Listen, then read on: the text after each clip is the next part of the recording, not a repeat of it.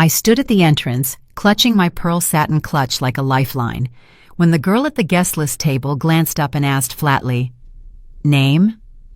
"Nora Whitfield," I said. She skimmed the page, finger tracing down the lines, then looked up with an awkward smile. "I'm sorry, there's no Nora Whitfield here." Before I could answer, a familiar laugh cut through the music and chatter. "Oh, that's because she isn't invited," my daughter Eliza said, stepping forward in a shimmering gown. "But thank you for dressing up, Nora. Truly, you look persistent." I didn't move. At first I just stared at her, then at the woman holding the clipboard. "I'm the bride's mother." Eliza smiled wider, the kind of smile that says she's won. "Yes, I know exactly who you are." No apology, no confusion, no, "let me check with someone." Just that bright, cold grin and the slightest glance toward the Magnolia Hotel ballroom doors, where the music swelled and glasses chimed.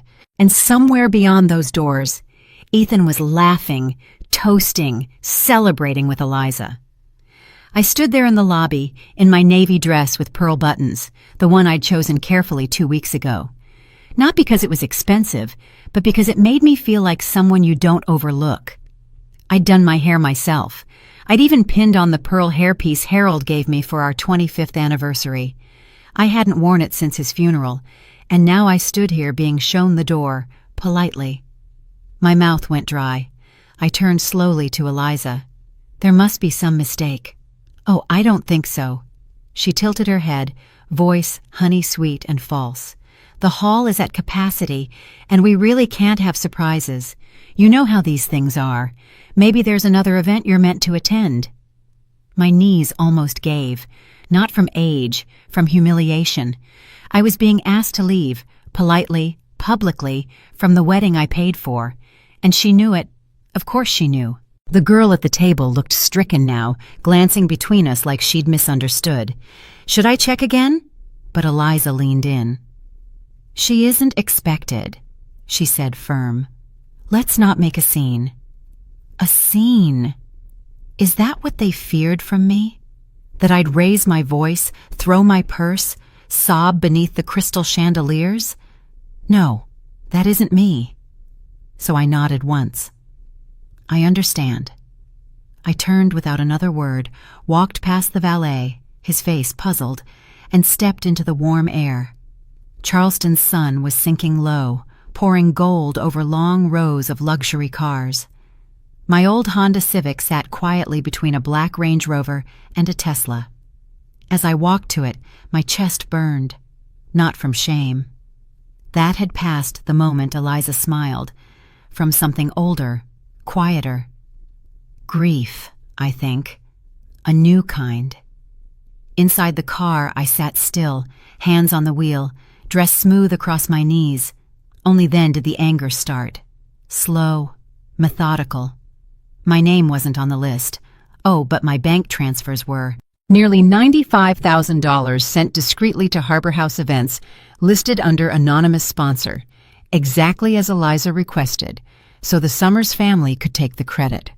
Her words, not mine. At the time, I said yes because I thought I was saying yes to a future with my daughter still in it, because I thought this gesture, expensive, generous, unnecessary, might mend something. I told myself, "This isn't about pride, Nora. It's about love. Let them have their moment." And I believed it. I believed love meant stepping out of the light so someone else could shine. I believed if I stayed quiet, stayed helpful, I'd be allowed to belong. But as the lobby doors closed behind me, I realized something else. I had been erased. And it wasn't new. This wasn't the first list I'd been left off, not the first time Eliza didn't call, didn't check in, not the first time I'd been too simple, too awkward, a bit much for these kinds of rooms. The difference was that this time I had funded the entire performance. I'd paid for the stage, the actors, the lights, the orchestra, and now they wanted me to sit quietly outside the theater. No. I started the car. The Magnolia Hotel shrank in the rearview mirror. I didn't cry. I didn't yell. I didn't curse them. That would have been too easy. I simply drove. And as I passed the florist where I'd ordered the centerpieces, 12 tables of white jasmine and pale yellow orchids, Eliza's favorites, I pulled over and opened my phone. The banking app lit up. So did the email from the wedding planner. Right then my fingers stopped trembling. My back straightened. My thoughts clicked into place like gears in a clock. They hadn't put my name on the list, but they were about to learn how much that name mattered, and this time there would be no confusion. I didn't drive straight home. I needed the miles. I needed distance from that marble lobby where my name meant nothing. Charleston blurred. Red brick shops, slow-moving couples, the cafe with the yellow awning where Harold and I used to sit. Everything looked the same. Only I had changed. At a red light, I glanced at the envelope on the passenger seat. Inside was the card I'd signed that morning. For your new beginning, with all my love, Mom, and a cashier's check for $3,500. Honeymoon money. A soft landing. I had tucked it in carefully, thinking it would be private, quiet. No fuss, no credit. Now it looked absurd. I'd prepared for an ending they'd already written me out of. By the time I reached home, the white clapboard house on Cypress Lane by the Ashley River, with the sloped porch and the creaky step Harold never fixed. The sun was nearly down. I didn't turn on the lights. I sat on the edge of the bed, toes on the worn carpet, and listened to the stillness. The kind of silence that isn't peace, but proof. No one was going to call. No one was going to ask where I was. They had all the guests they needed. I changed out of my dress carefully, folded it, smoothed the sleeves, laid it over the back of the armchair. Then I walked barefoot into the kitchen and opened the drawer beside the sink. Inside, stacked in folders, bank statements, invoices, printed emails.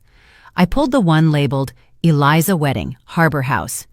Yes, Eliza, my daughter. Not Liz, not Elle, not the sleek corporate name she uses now. She was Eliza when I first held her, red, squirming, with her father's dimples and my mother's nose. She was Eliza when she clung to my hip after preschool. She was Eliza when I stayed up late patching her jeans because she outgrew them faster than I could buy new ones.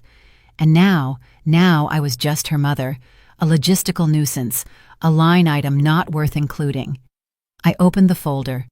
Receipts, email threads, contracts with the wedding agency, itemized lists, venue rental, floral design, reception for 150 guests, photographer, music, customized invitations with gold leaf. It totaled about $4,800, all paid quietly from my accounts, exactly as she wanted. Except she never asked. Ethan did. Polite, polished, smiling over coffee, explaining that it would be most meaningful to her, that she would never accept it if she knew. I believed him, believed he was trying to help us heal. I didn't see it then. How he framed me as a barrier, not a blessing. How he crafted a version of me I barely recognized, someone easy to leave off a list. I stared at the bottom of one contract. Final banquet payment scheduled, 5:30 a.m., September 6th. That was tomorrow, which meant there was still time. I picked up the phone and dialed. First Coastal Bank of Charleston, Tanya speaking, a voice answered. Hello, Tanya. This is Nora Whitfield. I'd like to speak with my personal accounts manager, please. A pause, then cheerful efficiency. Yes, Mrs. Whitfield. One moment while I connect you. Click. Then another voice, brisk and warm. Mrs. Whitfield, this is Robert. How can I help you this evening? Robert, I said calmly, I need you to halt all pending transactions related to the Summers Whitfield wedding. Immediately. A pause. Typing. Ma'am, that includes several payments scheduled within the next 12 hours. Reception, hotel, entertainment. Is there a particular concern? Yes, I said. The concern is that the people hosting that wedding made sure I wasn't invited. Silence. I'm very sorry to hear that, Robert said slowly. But technically these payments were authorized. Some may already be in process. Then stop whatever hasn't cleared and flag the rest. I'll accept the penalty fees. I understand. Give me a moment to review the transaction queue. I waited, staring at the centerpiece I'd ordered a week ago, now wilting in a crystal vase. White jasmine, Eliza had insisted on pairing it with pale yellow orchids. Robert came back. We can hold the final venue payment, the balance for the band, and the late catering charges. The photographer's deposit has cleared. So has the decor team's base fee. Everything else can be stopped. Do it, I said. Do it, I said. Yes, ma'am. I'll send confirmation emails. Would you like us to notify the vendors? No, I said. I'll handle it. After I hung up, I sat in silence again, this time not waiting for tears, not mourning. Something else was blooming inside me, a calm, sharp awareness. They wanted me invisible. From now on, invisibility would be their problem. I picked up the envelope, the gift they didn't want, and slid out the check. I tore it cleanly in half, then again into quarters. Tiny pieces scattered across the kitchen floor like confetti. Then I lifted the phone and called the wedding agency. Harbor House Events and Design, this is Melissa. Hello, Melissa. This is Nora Whitfield. A beat. Oh, Mrs. Whitfield, is everything all right? No, I said, but I'm about to make it right. I could hear her swallow. I need to cancel all pending services for the Summers Whitfield wedding, effective immediately. But that's tomorrow. She trailed off, flustered. Mrs. Whitfield, the hotel, the staff, hundreds of people. Are you sure? They're no longer my concern, I said. None of them are. By morning, Charleston was buzzing. I knew because Melissa called back twice, first at 7, then again just before 9, her voice climbing in pitch with every ring. Mrs. Whitfield, Hotel Magnolia needs confirmation. They're threatening to release the ballroom and the caterers are in a panic. We have 150 guests to feed tonight. I didn't raise my voice. I didn't apologize. I've confirmed my cancellation, I said. The payments have been stopped. The services will not be rendered. Let whoever wanted the credit carry the cost. There was a silence long enough for me to picture her blinking into the receiver, deciding whether to argue or to plead. Then she muttered, I'll inform the couple. You do that. I ended the call and turned off the phone. I had said all I needed to say. Outside, the air was warm and heavy. Summer still lingered, even as September tried to usher in cool mornings and early sunsets. I stepped onto the porch and sat down slowly, my knees complaining in their familiar way. I stared at the quiet street, same neighbors, same trees, the porch swing swaying slightly in the breeze. But I wasn't the same. For years, I'd watched myself disappear in small ways, an invitation that never arrived, a thank you never spoken, a story told as if I hadn't lived it, hadn't funded it, hadn't loved through it. I told myself it was the price of motherhood, the quiet sacrifice. Let them shine. Let them step forward. My job was done. What they did yesterday wasn't forgetting, it was exclusion, removal. In every sense, a severing. And I was done pretending it didn't matter. By noon, the first sign the outside world had caught up didn't come by phone. It came by a knock. I opened the door and found Clara, my granddaughter, on the porch, hair still pinned from last night's rehearsal dinner, eyes wide with something between panic and awe. "Grandma," she whispered. "What did you do?" I stepped aside. "Come in, sweetheart." She dropped her bag by the door and turned to face me, not bothering to hide her distress. "The venue is calling everyone. There's no reception, no music. The hotel says the payments were pulled. Ethan's losing it. Eliza's crying. His parents are threatening to sue the agency." I raised a hand. "Sit down, Clara." She sank onto the couch like someone had cut her strings. "You canceled everything." "I did." "But why?" I looked at her carefully. This girl, the only true light left in that fractured family. She'd always seen me, visited, asked questions, remembered birthdays, held my hand at Harold's funeral. I owed her the truth. "They didn't want me there," I said. "Your mother and Ethan made that very clear." Clara's face flushed. "That's not, I didn't know. I swear I didn't. I thought you were coming." "I assumed they'd told you I'd paid for everything," I said gently. "But they didn't want my presence. They wanted my money, not me." Her voice broke. "That's disgusting." No, sweetheart, I said, softening. It's honest. For once I see it clearly. She blinked away tears, then sat up straighter. But what happens now? There's a whole wedding tonight. People flying in, photographers, a band. What are they going to do? I imagine, I said, standing slowly. They'll do what grown adults do when life doesn't go as planned. They'll figure it out. And you? She asked. What are you going to do? I gave her a thin smile. I'm going to open a new account in your name. She stared. Wait. What? I nodded. The money I set aside for the wedding, the honeymoon, the gifts. It's going where it's wanted, where it matters. I want to establish the Clara Whitfield Education Trust for your schooling, your future, whatever you need. She shook her head, tears starting again. Grandma, I didn't ask. I know you didn't. I touched her cheek. That's why it's yours. We sat in silence for a while. Clara curled into the corner of the couch. I took the old chair by the window. Outside, a cardinal landed on the fence. The wind shifted. Somewhere down the street, a child laughed. Does Mom know? She asked at last. That you canceled everything? I expect she does by now. And about you being the one who paid for it all? I tilted my head. I imagine that part is just starting to dawn on her. Clara rubbed her eyes. I wish I could be a fly on the wall. I smiled. No need to be a fly. You'll get the fallout soon enough. A beat. Are you okay? She asked, her voice small.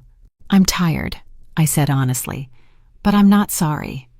She stood, crossed the room, and knelt at my feet the way she did as a little girl at tea parties. I love you, she said simply. I took her hands.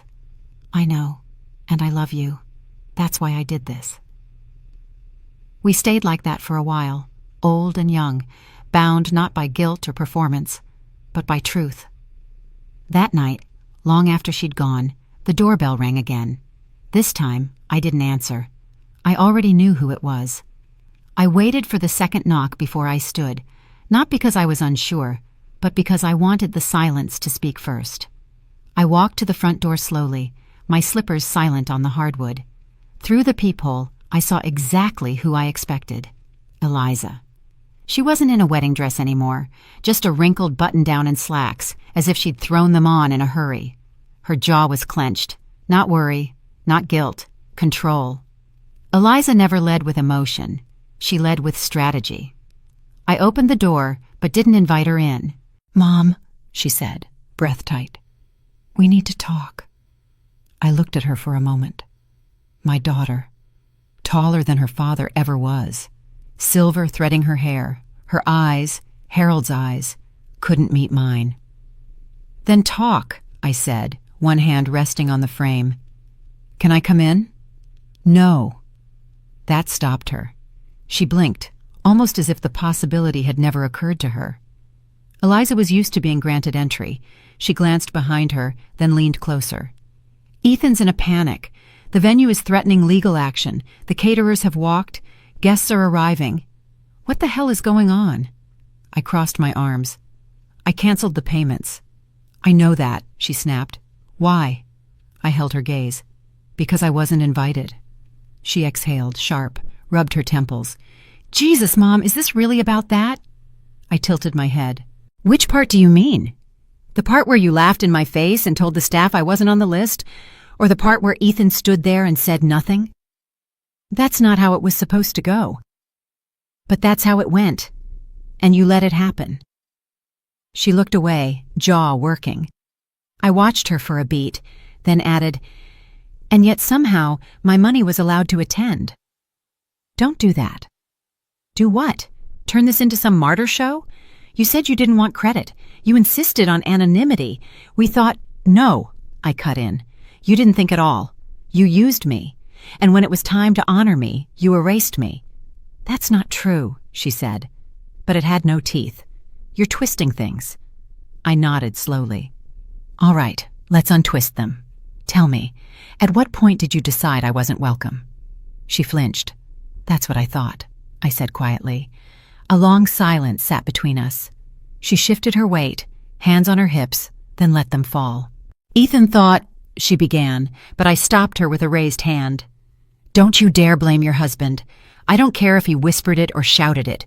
You made the decision. You let it happen. You let me stand there like a fool, Eliza. She didn't answer. She couldn't, and I think maybe shame flickered. So now what? She asked finally, voice lower. You tanked your own daughter's wedding out of spite? No, I said, calm. I reclaimed my dignity. She looked at me like I was speaking another language. I leaned on the frame.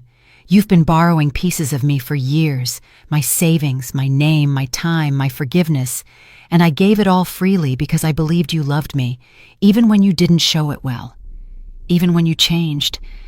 But yesterday, my throat tightened for the first time. Yesterday, you told the world I was disposable, and I heard you. She swallowed. Her voice hardened again. We can't afford to fix this on our own. There are penalties, contracts, reputations, and none of that was any of my concern until today, I finished. You want the money, Eliza? Then you get me with it. That's the deal. It always was. You just don't like the terms anymore. She was quiet. Then, so what? You're done with us? After everything? I stared at her. What is everything, exactly? 1,000 small slights. A decade of distance. You stopped being my daughter the day you decided I was an obstacle. Her expression shifted. Anger, then desperation. Mom, no. No, I said, and this time my voice didn't waver. You don't get to call me that today. We stood like that for a long time. Two people with blood in common and not much else. Then I stepped back and began to close the door. She caught it. Please, she said softly now. What do I tell them? I held her gaze. Tell them the truth. And I closed the door.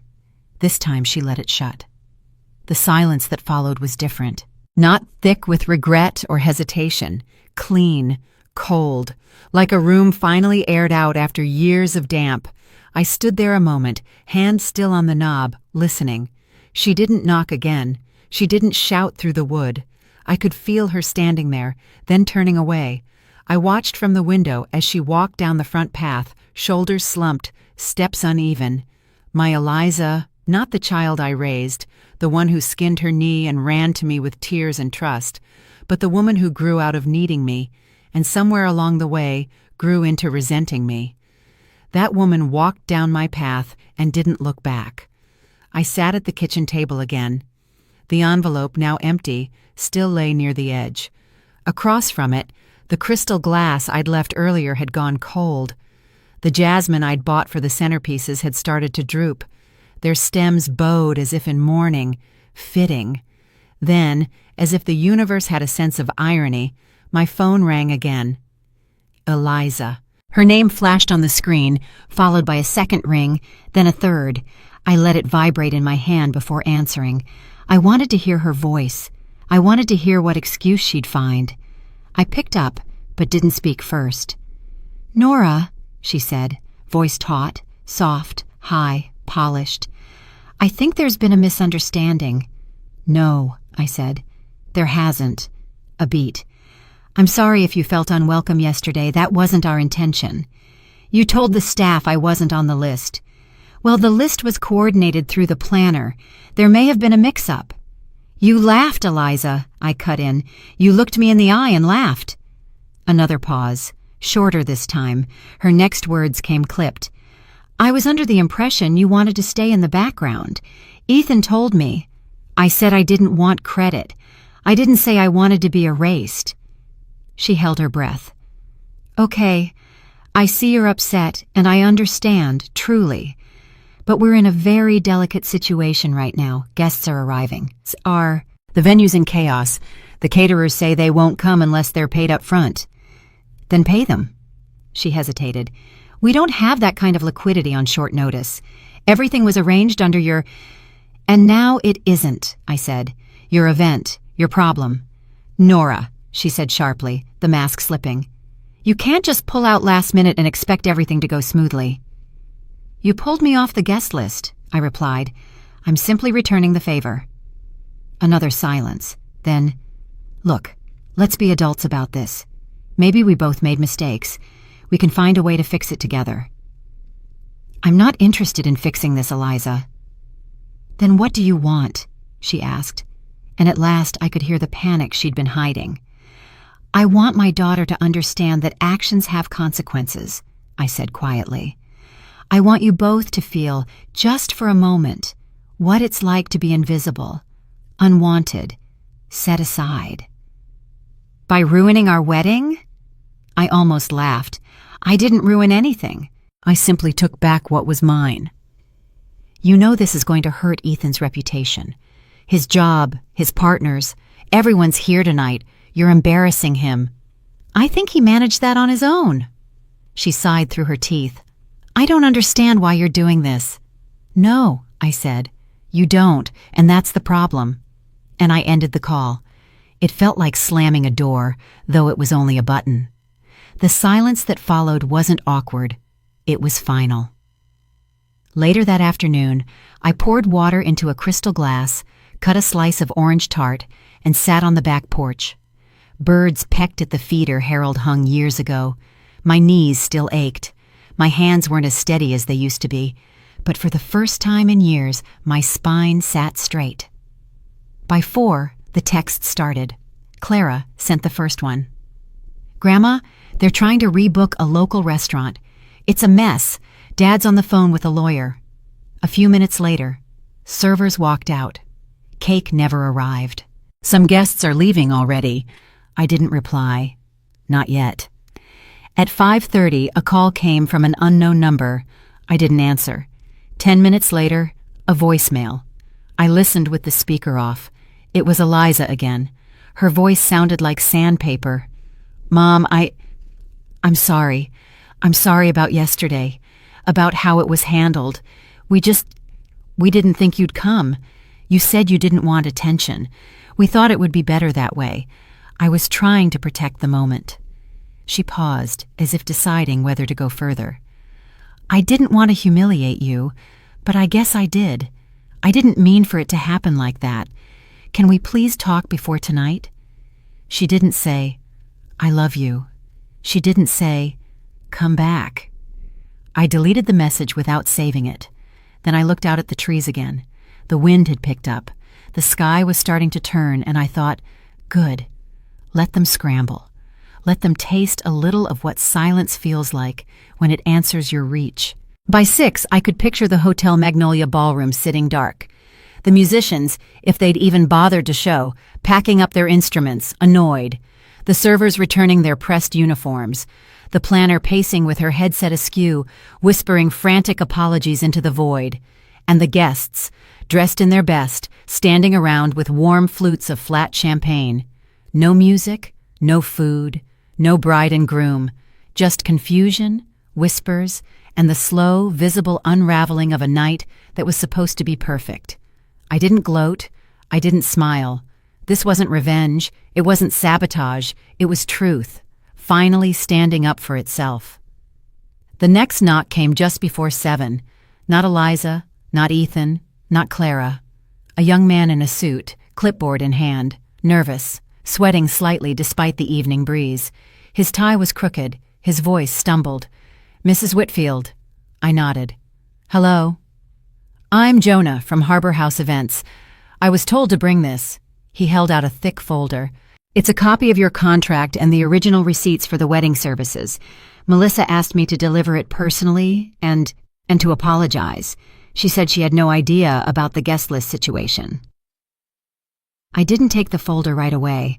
I studied his face. He looked barely 23, the kind of boy who still calls his mother for cooking advice. Completely out of his depth. I'm not angry at your agency, Jonah, I said. I'm angry at my daughter. Relief flashed across his face. Thank you, ma'am. Melissa really didn't know. She said she thought you were some great aunt. I allowed myself a dry laugh. That's generous. Tell her not to worry. He nodded and handed me the folder. She also asked if you'd be willing to speak with the venue. The manager's demanding clarification. They've still got staff on site waiting for answers. I raised an eyebrow. They're still holding the room? Technically, he said, shifting his feet. It's reserved until midnight, but without the final payment, they can't serve or staff it. They're threatening legal action, but Melissa said if you confirm the cancellation directly, it might help. I glanced at the clock on the wall inside. 7:03 p.m., the time the first dance was supposed to begin. I'll make the call, I said. Thank you for bringing this. Jonah hesitated at the edge of the porch. Mrs. Whitfield, just between us, I've worked a lot of weddings. Some are showy, some are sweet. But the moment I saw Eliza, I had a feeling. He paused, almost shy. I hope you're okay. I smiled, not wide, but real. I am. He tipped his head and left. Inside, I opened the folder. Neat printouts, every transfer of mine, my emails, even the floral mock-ups Eliza chose, pages of bright white with captions like luxury minimalism and modern elegance. Not one mention of my name. I picked up the landline, still more reliable than my cell for long calls, and dialed the hotel's direct number. A woman answered, brisk, annoyed. Lydia Crane, event supervisor at Hotel Magnolia. Who am I speaking with? Nora Whitfield, I said, the original sponsor of the Summers Whitfield wedding. The change in her voice was immediate. Oh, Mrs. Whitfield. Yes, you've been trying to reach me. I'm calling to confirm that the remaining payments have been canceled, I said. You're under no obligation to continue hosting the event. Please consider the reservation null. We understand, she said, trying to keep it professional. It's just some guests are still arriving.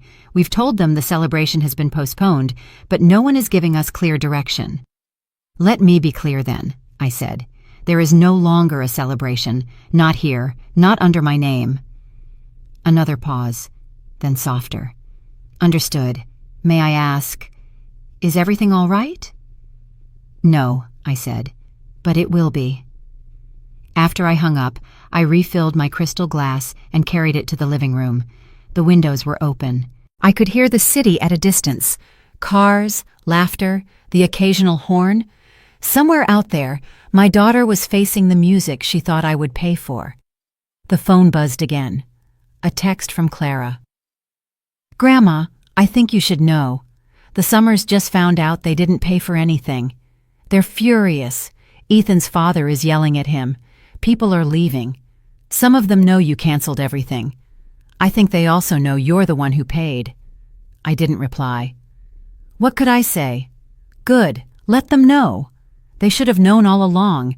They should have looked me in the eye and said, Thank you, Nora. We're grateful. Please join us. Instead, they slammed the door in my face and assumed I would keep funding the house they'd locked me out of. Let them feel it now, the draft that rushes in when the foundation gives way. Let them scramble. Let them explain. Let them sit in silence and wonder how it all fell apart. I finished my drink and turned off the living room light. Tonight, they could learn what it feels like when absence isn't an accident, but a decision. The house was quiet, but not heavy. Not the hush that creeps in after an argument or lingers like smoke after disappointment. This was something else. This was calm. I hadn't had that kind of peace in years. By 8, I'd stopped checking the time. The night was moving on without me, and I had no intention of chasing it. I sat at my kitchen table in my house and read the paper front to back for the first time in months. I underlined a soup recipe, clipped a gardening column. I even laughed out loud at a comic strip Harold used to hate. I had just stood to wash my glass when I heard the knock. Slower this time. Not rushed, not demanding. I opened the door and found Clara. She looked exhausted, heels in her hand, bun coming loose, mascara smudged beneath her eyes. But when she looked at me, something in her expression softened. Hi, she said. I stepped aside without a word and let her in. She sat at the kitchen table the way she used to, legs crossed, chin in her hands. I poured water for both of us and set down the glasses. We sat in silence for a few minutes. She didn't cry, and I didn't press. Finally, she spoke. You should have seen their faces when the hotel manager told them the reservation was canceled. I said nothing. Ethan tried to spin it, said it was some clerical error. Eliza blamed the planners, but people kept asking questions, and someone, I don't know who, said they heard you were the real sponsor. She looked me straight in the eye. And that you pulled the plug. They're not wrong. She gave a small, bitter laugh. Well, that's when the Summers lost it. Ethan's father was shouting, called him a fraud, said he'd embarrassed them in front of their friends. Eliza was crying, saying the wedding was cursed. I lifted an eyebrow. Cursed? She said, and that's what happens when certain people bring their energy to things meant to be elegant. There it was. Even through the cracks, her true voice rang out. Clara saw the flash in my face and leaned forward. I'm so sorry, Grandma. I didn't know they'd do that to you. I didn't think... She hesitated. I didn't think they'd go that far.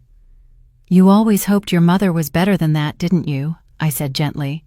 She nodded. I took her hand. So did I. She swallowed. Do you regret canceling everything? I looked at her for a long moment, not for a second. She exhaled, relief and sadness braided together. They didn't just exclude you, she said. They used you, then tried to pretend you were never part of it. I let them, I said quietly.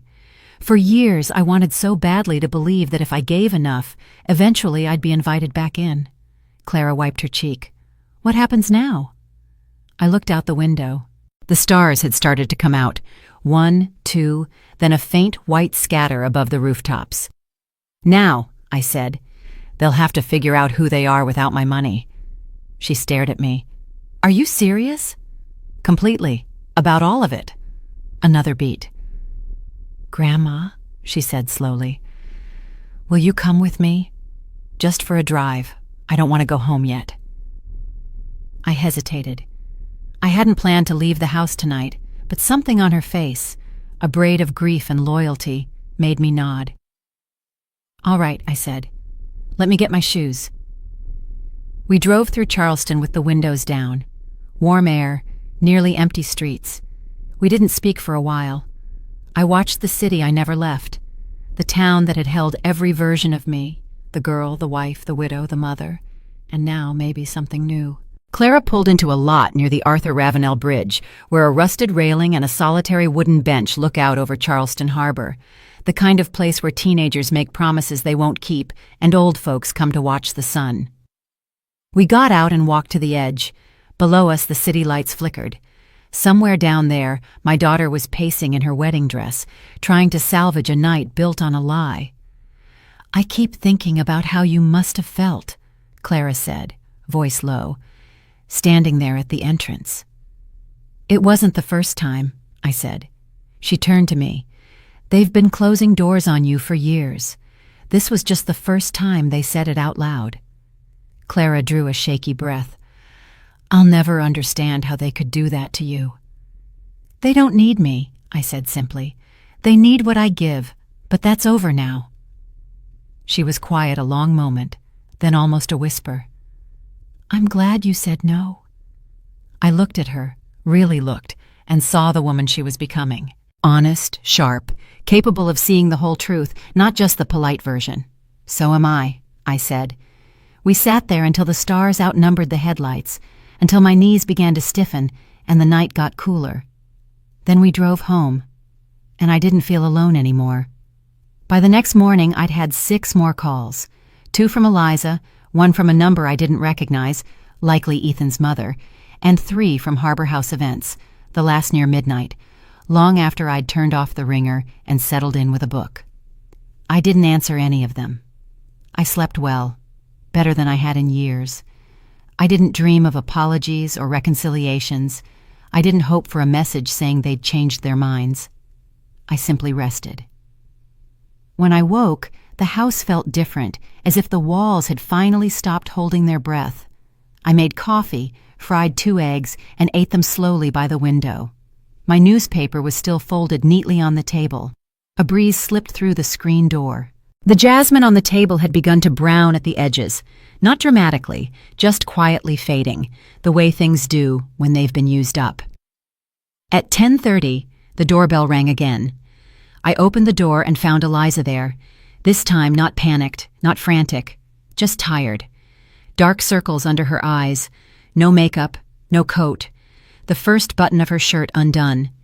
She looked like a woman who had stopped pretending she could fix things with charm. "Can I come in?" she asked. I stepped aside without answering. She walked into the living room and stood for a moment, as if unsure where to begin. Then she sat, not on the couch, but in the old armchair across from me. Harold's chair. I said nothing. "I don't know what to say," she muttered at last. "Then don't say anything," I replied. She rubbed her face with her hands. "Everything's a mess." I gave a single nod. The guests were confused, half left before we could even gather them. Ethan's parents, well, I don't think they'll be speaking to us for a while. I sipped my coffee. She looked up. "You really don't care, do you?" I met her eyes. "That's not true. I care very much, just not about what you think I should." She slumped back in the chair. "I didn't think it would go this far." "No," I said. "You thought I'd swallow it the way I always have." Her face twisted. "That's not fair." "But it's true." She didn't deny it. Not this time. "I kept trying to explain to Ethan that you were fine staying in the background, that you wanted it that way. He thought it would be cleaner if we didn't make a big deal." I leaned forward slightly. "And did you think it would be cleaner to have your mother turned away at the door? Did you think I wouldn't come at all?" "I didn't know you wanted to," she said. And for once, there was no malice, just bewilderment. "You never said." "Because I didn't think I had to." She looked away. "I'm not one for grand speeches, Eliza," I continued, "but I spent my life showing up for you, for everything. School, birthdays, when your relationships fell apart, when you were short on a down payment, when someone had to cover Clara's tuition. I showed up. Always." "I know." "No, you don't," I said. "Because if you did, you'd have realized that showing up for your wedding wasn't some surprise stunt. It was the most natural thing in the world." She nodded slowly. "You're right. That stunned me more than anything. I was proud," she said, voice smaller. "Proud I'd pulled it all together. That Ethan's family saw me as successful. That everything looked perfect. I didn't want them to see where I came from." I drew a long breath. "Which means," I said, "you didn't want them to see me." She swallowed hard. "I wasn't ashamed of you," she whispered. "Then why didn't you fight for me?" She looked down. We sat in a silence that felt endless. Finally, I stood and walked to the kitchen. I poured a second cup of coffee and set it in front of her. She stared at it like it might disappear. "I'm not angry anymore, Eliza," I said, "but I'm finished giving pieces of myself to people who don't value the whole of me." She nodded, fingers tightening around the cup. "I want to fix this." "You can't," I added, and she looked up sharply. "But you can learn from it. That's the only apology I'll accept." She blinked. "I canceled the wedding because you erased me," I said. "I'm not interested in guilt or grand gestures. I just want you to understand that this," I gestured to myself, to my home, "isn't a resource you get to exploit anymore." She sat back down, speechless. "I've set up a trust," I continued, "for Clara. The money I saved for your wedding, your honeymoon, your gifts, it's all hers now. She's the only one who ever made me feel seen." "I understand," she said, barely above a whisper. "I doubt that," I said. "But maybe someday you will." She rose slowly, coffee untouched. "I'll go," she said. I didn't stop her. At the door, she paused. "Mom," she said, I miss how things used to be." I looked at her evenly. "Then maybe you shouldn't have changed them." And I closed the door behind her, quietly, without regret. The days that followed moved slow, like the air after a storm, thick but clear. No more calls from Eliza, no texts, no knocks, no letters, and I didn't expect them. Not because she's cruel, but because silence has always been her refuge. As a girl, when she was caught lying or hurting someone, she'd go quiet for days, believing time would erase the damage. As a woman, it became habit, silence as strategy, as shield. But I no longer sat around waiting for it to end. Instead, I returned to my own rhythm. I planted marigolds in the front yard. I repainted the back fence. I dropped soup at Ruby's when I heard her cough through the wall. Simple things. Mine. And in the quiet, something remarkable happened. I began to hear myself again. I remembered the sound of my own footsteps in the hallway when the house was still full. I remembered the voice I used to speak to Harold in the dark, back when we didn't worry about who needed what, when, and how much was left in the bank.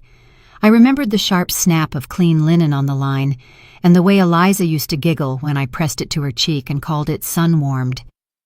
I remembered being a woman, not just a mother.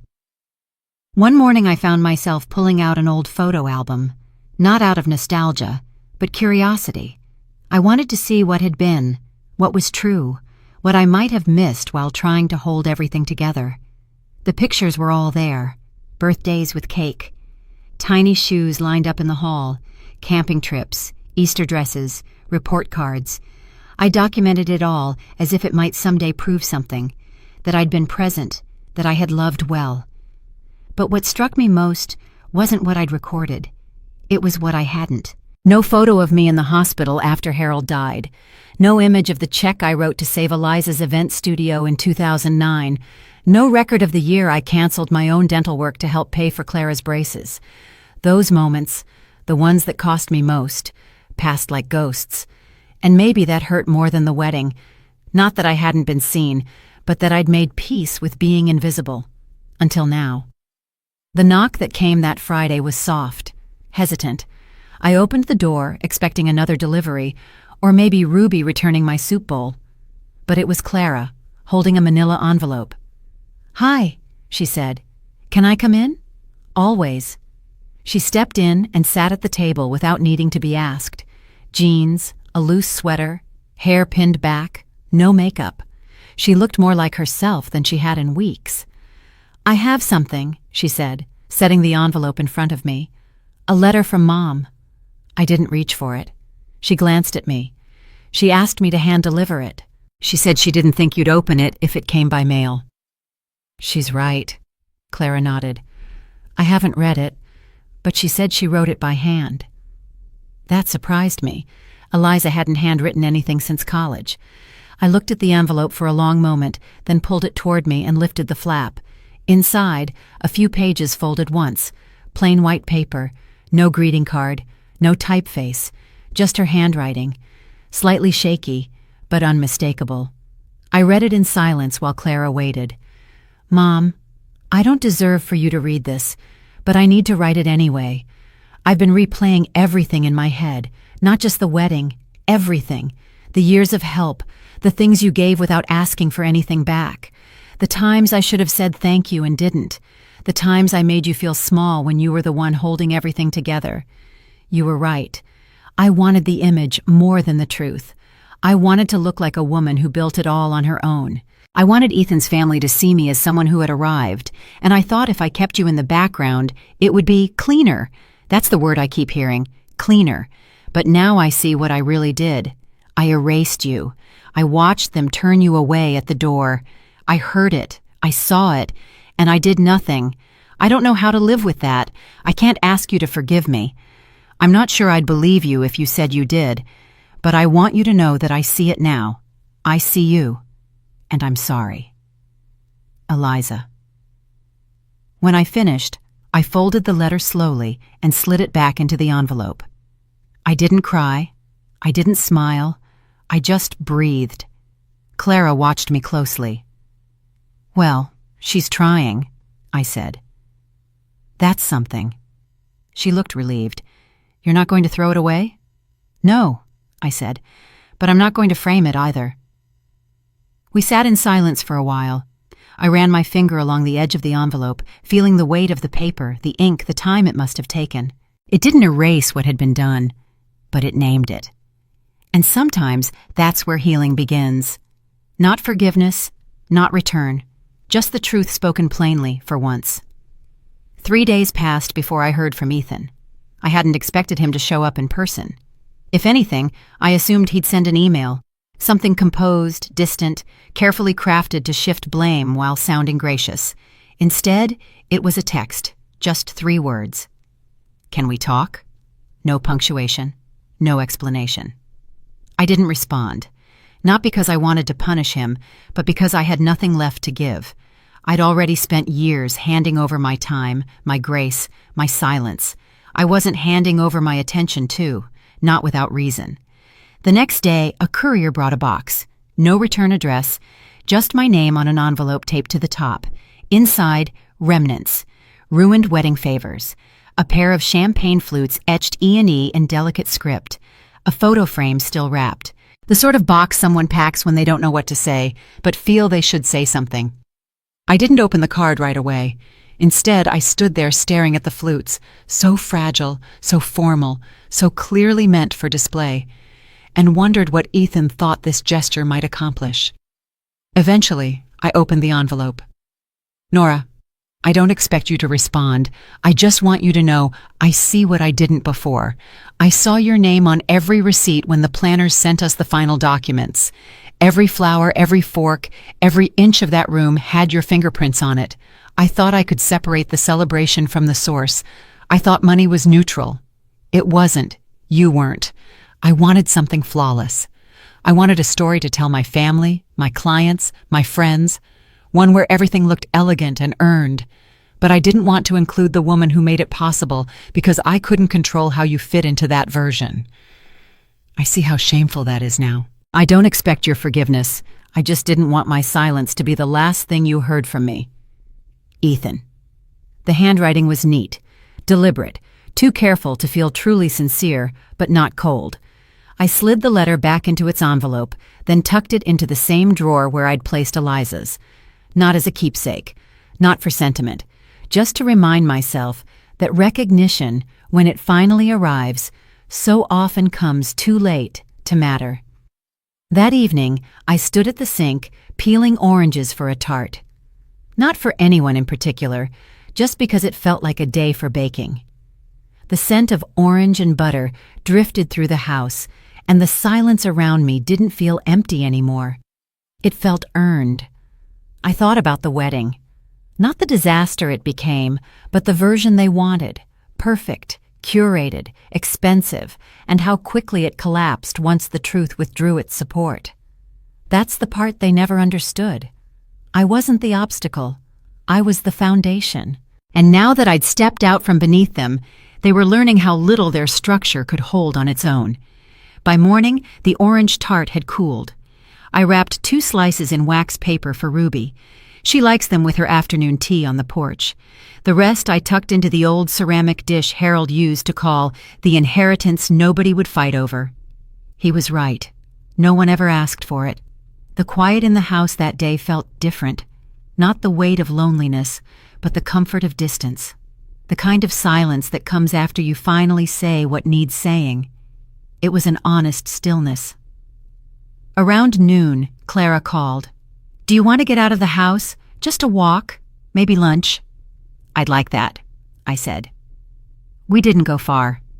Just the little diner near the city market, the one with the blue booths and the jukebox that never works. It wasn't elegant, but it was ours. Familiar. We sat by the window and ordered sandwiches. I had tuna on rye.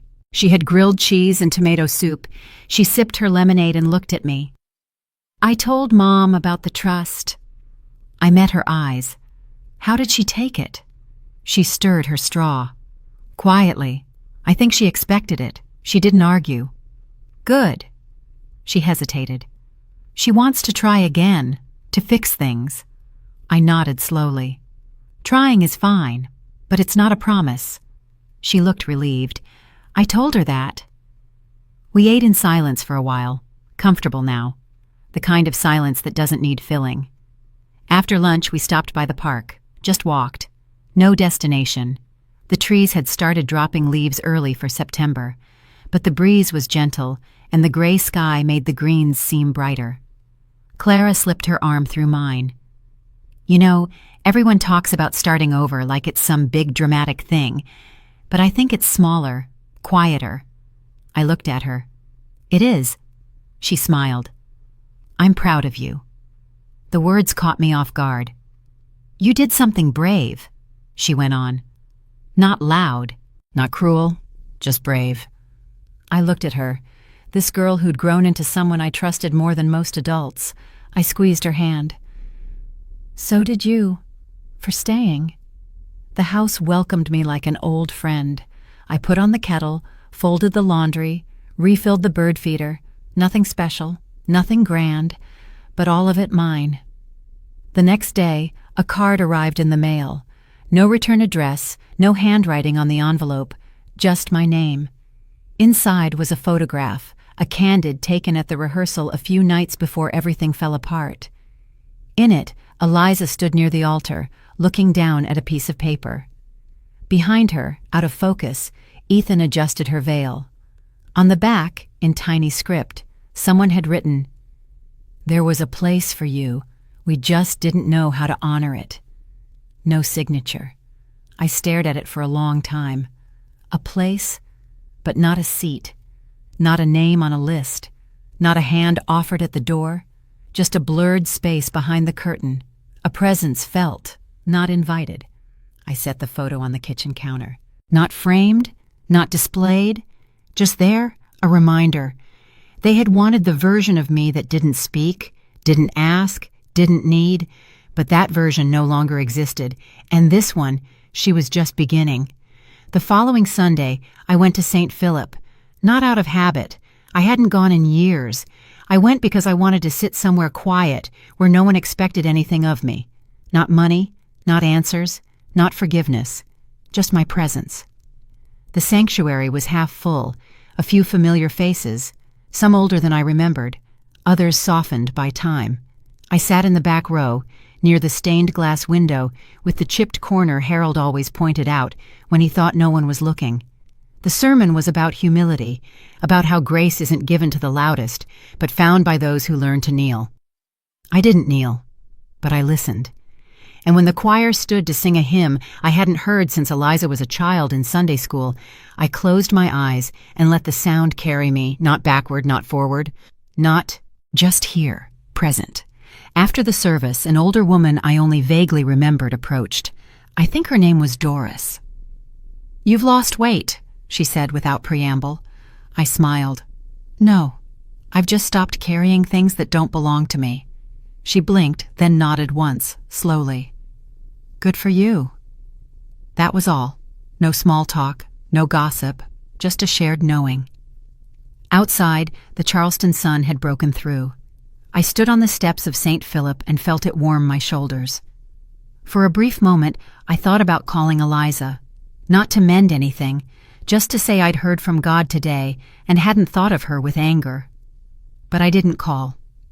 Some silences are better left intact.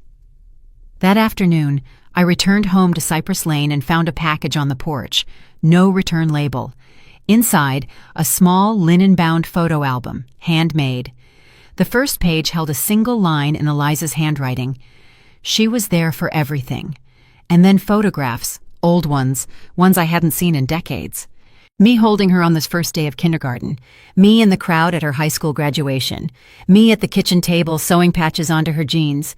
Me beside the hospital bed when she broke her arm playing ball. Me with Clara on my hip, reading a story. Me and Harold on our last anniversary. My hand on his chest, his eyes only for me. No captions, just images, evidence. It wasn't an apology. It was an acknowledgement. By the time I reached the last page, I realized I'd been holding my breath. I closed the album and rested my hand on the cover. I didn't cry. Instead, I stood, walked to the hallway shelf, and made space right in the middle, between the books that had shaped me and the ones I haven't yet read. It didn't erase what had been done, but it gave me something I didn't expect. To be seen, not just in pain, but in presence. Not only in what I gave, but in who I had always been. A week passed before I saw Eliza again. It wasn't planned. She didn't call ahead. She simply appeared, not on the front porch, but in the backyard, standing near the orange trees where Harold once tried to grow tomatoes that never took. I saw her through the kitchen window, hands in her pockets, shoulders slightly slumped, waiting, not knocking. I dried my hands on a towel and stepped outside. "You always liked this spot," I said, not as a greeting, but as a reminder. She turned slowly. "Dad used to drag me out here when I didn't want to talk." I nodded. He knew something happens in the quiet that doesn't happen face to face. She looked down at the grass. "You were right about all of it." I didn't answer. Some things don't need confirming. "I'm not here to fix it," she said. "I think I made too much of a mess for that, but I wanted to say something in person. One last thing." She drew a breath. "I spent so long chasing approval. From Ethan, from his family, from my coworkers, from strangers. I wanted to be the woman who built everything on her own. But every good thing in my life was handed to me by a woman I tried to edit out. I folded my arms, not out of anger, but to keep from shaking. Not because her words were cruel, but because they were finally honest. "I was afraid," she said, "that people would see where I came from and think less of me." "And now?" I asked. "Now I see where I came from and think I was a fool not to be proud of it." The wind off the Ashley shifted. Somewhere down the street, someone was mowing a lawn. Ordinary sounds, nothing cinematic. "Ethan left," she said. "Not theatrically, not fishing. He moved back in with his parents for now. Said he needs time." I nodded. "I imagine he does." "He said I let someone ruin his wedding." I met her eyes. "He's wrong. You let someone fund his wedding, then you let someone stand outside it." She nodded, with no defense left. I took a slow breath. "So what now?" "I don't know," she said. "I'm not asking to be let back in. I just want to stop pretending that door was ever closed by anyone but me." It was the truest thing she'd ever said. We stood there a long time, no hug, no tears, just sharing space. Finally, I said, "There's orange tart in the fridge." She blinked. "Still your peace offering?" "No," I said. "It's just good tart." She smiled, small, not grateful, not relieved, just tired, human. We walked back inside together. She didn't stay long, just enough to eat a slice of tart, rinse the crystal plate, thank me. Not long enough to pretend things were fine, but long enough to let me know they might one day be better. When she left, I didn't watch from the window. I didn't need to, because this time she said goodbye properly, and that finally was enough.